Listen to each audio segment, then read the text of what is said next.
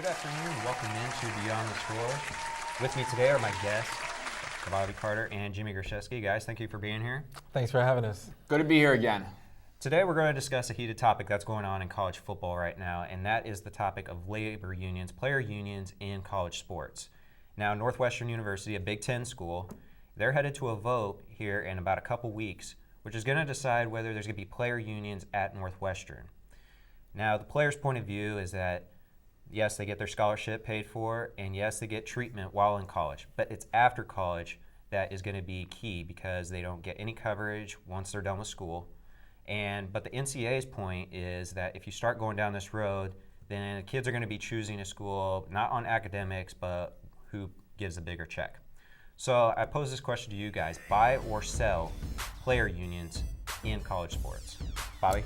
Zach, I'm gonna have to go with buy, and let me tell you why. First reason why I said buy is because when these players are coming from high school, they are, like you said, they're looking at a certain college depending on money-wise or this. But I feel like that's, in my opinion, I feel like it's a good thing to do because these players aren't going for academics anymore. A lot of these players are coming out of high school ready to go to the pros because they're that athletic. They're not going there for their academics. And my second reason why is because a lot of these kids that are in college, they can't afford to have the things that they need. Yes, they get a $2,000 stipend from whichever university they do go to. Now, I'm not saying that they should be getting paid six figures or $1 million or billion, whatever.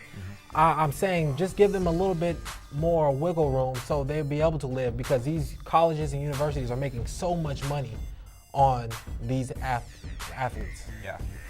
Jimmy? I'm selling. Bobby, typical athlete that you are. All right, 95% of the kids that go to school out there, we're all in the same. They're in the same boat. Yes, I understand that the college football players are bringing in money, to these universities. The college basketball are bringing money to these universities.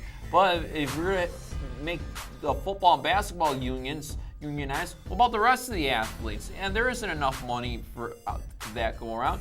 The next thing that I want to bring up is the whole donors, boosters thing. That's going to create a whole new ball of worms out there. You're going to have to rewrite everything for this. Now, these athletes are getting paid under the table, and you know it, and I know it out there too. So so now they're going to become unionized. What are you going to do with all these boosters and these donations? So, you know what?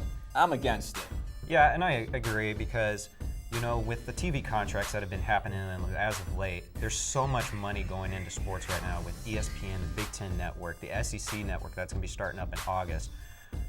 These conferences and these schools are getting a lot of money from those TV contracts. So I think we're definitely going down a road where there's a lot of money, and who is providing that money? It's the student athletes that are contributing to the revenue for these schools and conferences.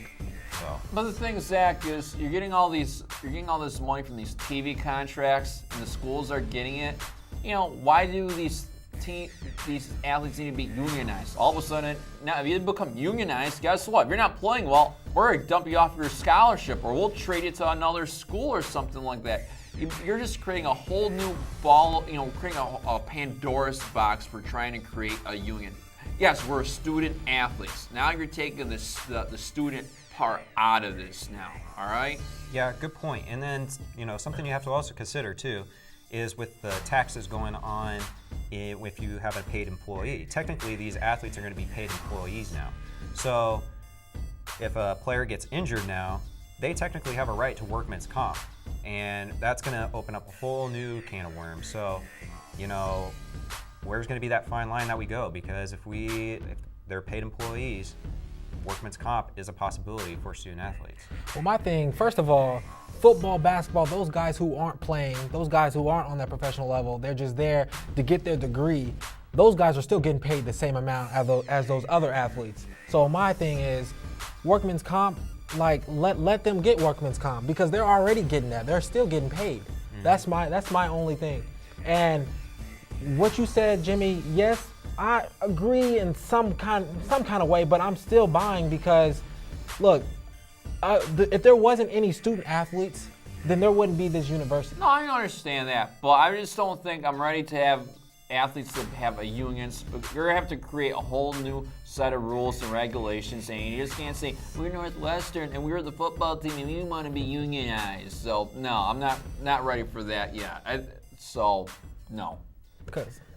Because my only thing is, as a student athlete, it's more harder for them actually coming out of school sometimes, especially those who doesn't get the professional contracts. They have to play catch up because they're spending so many hours on the football field, so many hours training, and they're not spending all their hours in their academics. Oh, so I understand they that. say student athlete, Yeah. they say student first, but take that student off because really the student's not there. It's just an athlete. But you're it's just an athlete. Bobby, you're a track star. Does that mean hey, okay, the football team? I know they bring in it brings in a lot of money, but you're an athlete. Are you gonna get paid? No, we're just gonna pay the football team. What about you? What about the track guys? My thing is make it universal. Make it universal. Well, I don't think there's enough money out there right now to make it universal. There's a lot of Zach right now. It's a bad time. We have to have better rules, better writing, and a better understanding of this before you move ahead with it. That's all I have to say. Like I said, it's a heated topic, and I don't think I think this today is a perfect example that, it's definitely going to be something to look at, and it's going to change college sports in the future. So that vote will be going on here in a couple weeks, and I guess we'll see because other universities are going to follow Northwestern. They're all watching, they're seeing what's happening here, so it'll definitely be interesting to see. But unfortunately, we are out of time for today. We'll have to wrap up the show, and I promise this issue will be day-to-day for many months. So this one won't be the last one. But thanks to Jimmy Grzewski and Bobby Carter, and thank you to Janet. Yeah. From everyone here at Beyond the Score, thanks for tuning in, and have a good night.